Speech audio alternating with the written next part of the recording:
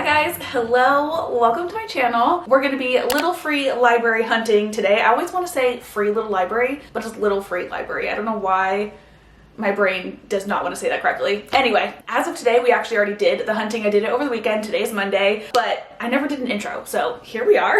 I did this one other time before and I had so much fun with it, so I wanted to do it again, but this time around I went to a different area of Michigan. If you're unfamiliar with what Michigan looks like, a lot of people say that it looks like a mitten, like a little hand basically, and I live in like the thumb area, specifically kind of like in the middle. And last time I went down toward Detroit. This time around though, I went in the complete opposite direction and we went to the very, very tippy top of the thumb. So let's go ahead and just go on our little field trip. Our first location that we went to was just my local public library. I had a book to return, so I figured we'd start here. And I am going to be leaving the Aardvark book club picks in this box. I was gifted these books by Aardvark and I already owned them, so I figured I would gift them. And I was actually really excited to see I Hope This Finds You Well. If I didn't already own / have already read this book, I totally would have grabbed it. Highly recommend that one. And then as far as the rest of the books inside this one, it was mostly just mass market paperbacks and a couple of hardcovers, which I will say Eyes of Prey did have a really cool cover, but I don't know, I didn't grab it. And of course it wouldn't be a little free library trip if I didn't drop a book out of the box. Last time I did this, I think I dropped a book at like almost every single box. I don't know what's wrong with me. Anyway, here's our books in the box. Moving on to our next location, which was kind of at like a park. I think it was supposed to be like a Rotary Club, but there was also like basketball courts and a park and things like that. And there were some kids playing basketball. So as far as the books that we ended up leaving at this one, I chose The Hunger Games because there was kids there. And then also The Orchard. I have no idea what this book is about, but the cover looked fun. This box was actually pretty cool because it was like an old newspaper box. But unfortunately, this one literally had nothing but mass market paperbacks. And I don't know, whenever I see those, I just honestly don't even really pay attention to what they are. I did kind of flip through a couple of them, but yeah, I didn't grab any. So we just kind of left our books and moved on to the next box. And this one also happened to be at a Rotary Club and also happened to use a newspaper stand as the box, which I thought was kind of fun. And this one had little cute fishes painted on it. This one, however, the door didn't stay open like the last one. I had to like hold it down the whole time, which was a little annoying to be honest. But I didn't really have to like leave it open too long because as you can see, the majority of the books in here were mostly kids' books. There were a couple at the top, but nothing I was interested in. So we went ahead and left the Paper Palace, which I don't know what this book is about either, but it was a Reese's book club pick, so I'm sure it's good. The next location was actually a really fun one. This one was at the Thumb Brewery, and the actual box itself was made out of a keg, which I just thought was so fun. And I decided to leave It Ends With Us and Mistakes Were Made in this one because this area in general seemed kind of a little bit more trendy, so I figured these books might be a little bit more appreciated here. And this box was insanely stuffed. It honestly was a little chaotic. Not only filming, which totally put me out of my comfort zone because it was in front of a full-on restaurant, so there was so many people and I was a little embarrassed to be filming, but you know, you gotta do what you gotta do. But then again, it was just like also super stuffed, so it was a little overwhelming to like even look through the books. So honestly, I didn't really look too hard, but we did grab some lunch while we were here, which honestly was so good. It was a little expensive for what it was, but like it was good, so I can't really complain. Our next little free library was super cute, and just kind of like seeing it from the outside, I had a feeling that it was going to be very kids focused. And as you can see from the inside, it was very much a kids little library. Like there were so many kids books in it. There was a few at the top that were kind of just like the mass market paperbacks, but the majority of them were all kids books. So obviously I did not grab anything from this one either, but I did leave behind the last page. I have no idea what this book is about, but it was the one that I had left that seemed the most potentially to be maybe a YA.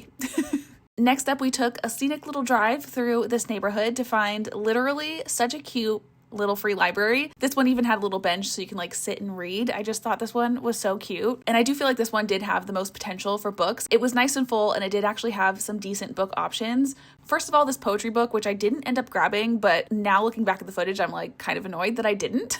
This one also had New Moon, but I've already read these books and I don't really plan on purchasing them, so I left that one behind for someone else. And then we had Firekeeper's Daughter, which has such an intriguing title, but unfortunately because it didn't have a dust jacket, I had no idea what this book was about, so I decided to leave it behind. And then this top shelf just had a ton of like mass market books, which again, I don't really like to read, so I went ahead and just left Where'd You Go, Bernadette. This is one that I actually ended up grabbing last time I went little free library hunting, and I just have never read it, so I figured I should probably put it back in circulation.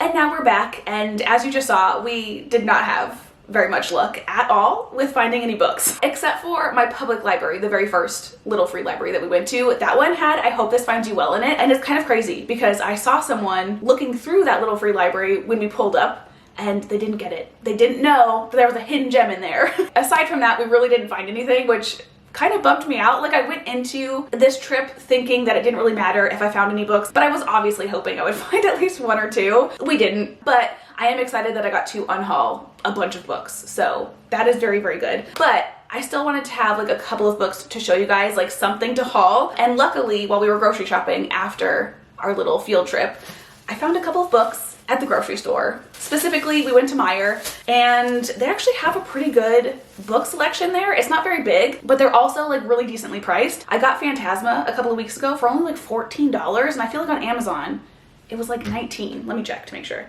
Because if the prices are even better than Amazon, I'm gonna be shopping there all the time. Oh no, it's the same price as it is on Amazon. But it is cheaper than what you would get at Barnes. I never really think to get books at the grocery store, but this one had some good ones. The first one that I got was only $9.74, and it is called The Broken Elf King by, I think, Leah Stone. I've never seen this book before. So the fact that a grocery store had a book that I've literally never seen or heard of was very exciting for me. Also, I'm an idiot. So at the top of it, it says Kings of Avalier, which I'm assuming is like the series name for this book, but it also says book 2. I'm gonna have to look on Amazon to see if I can find the first book. That is so annoying.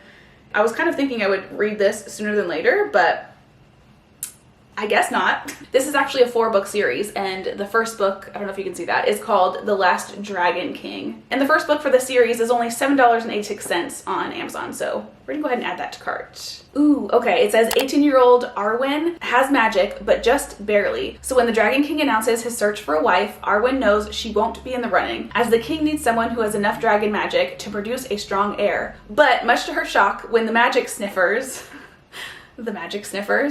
visit her small village, they command her to present herself at the king's castle as a possible wife. This should be a dream come true opportunity for Arwen, but before going, she learns a terrifying secret about the strength of her magic, and if the king ever discovered the truth, he would have every reason to kill Arwen himself. And that's all I'm gonna read from the synopsis. That's only about half of it, but that's enough definitely to get me intrigued, so we're gonna be buying that book ASAP and getting into this series probably next month. I'm already kind of planned out with what I want to read for November, but for December, this seems like it would be a fun one. And then the second book that I got, I'm very like hesitantly excited about. This is Binding 13 by Chloe Walsh. I feel like I have seen everyone that I follow read this series, and a lot of people really love it, but I feel like a lot of people say that this is kind of more traumatic. I don't know if traumatic is the right word. It's not like a fluffy romance. And if you've never heard of this is a hockey romance, I believe. And I think the series is done kind of like in pairs. Like we have Binding 13, and then I think it's something else 13. Let me look it up on Amazon to make sure I'm not, you know,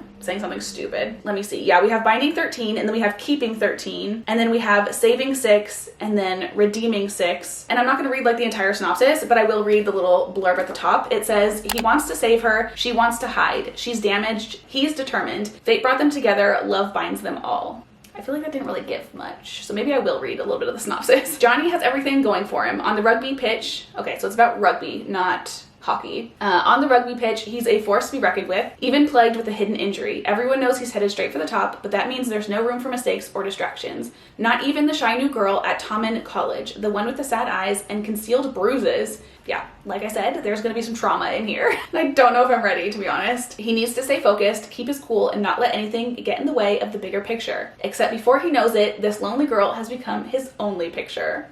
Aw. Life has never been easy for Shannon. Bullied and tortured. Good God. She arrives at Tommen College midway through the school year, praying for a fresh start and desperate to shake off the demons that plague her. But when she meets the notorious Johnny on her first day, her plans to keep a low profile are at serious risk. As they fall into a complicated friendship and grapple with their undeniable chemistry, hidden pain and complicated secrets threaten to be their undoing. But Johnny won't give up on Shannon, no matter what it might cost them both. Yeah, this definitely sounds like something that I'm interested in, but kind of scared for. Also, too, just kind of like flipping through this book, the pages in here are so thin. So I feel like this might be a little bit more of a time-consuming read as well. I do love how like floppy this book is though. I feel like I see everyone comment on how floppy this book is, but like, It legitimately, I think it's like the floppiest book I've ever touched. Anyway, those are the 2 books that I purchased after our little free library trip. If you've read either of these 2 books, not this one specifically, but like the first one, let me know what your thoughts were on the books with no spoilers, please and thank you. Anyway, that is everything that I have for this video. I hope you guys enjoyed watching this little free library trip. And if you like this kind of video, definitely stay tuned because I have another one planned for next month that's got a little bit of a twist on it, and I'm so excited. I hope you guys have had the most amazing of days, and I will hopefully see you in my next one. Bye.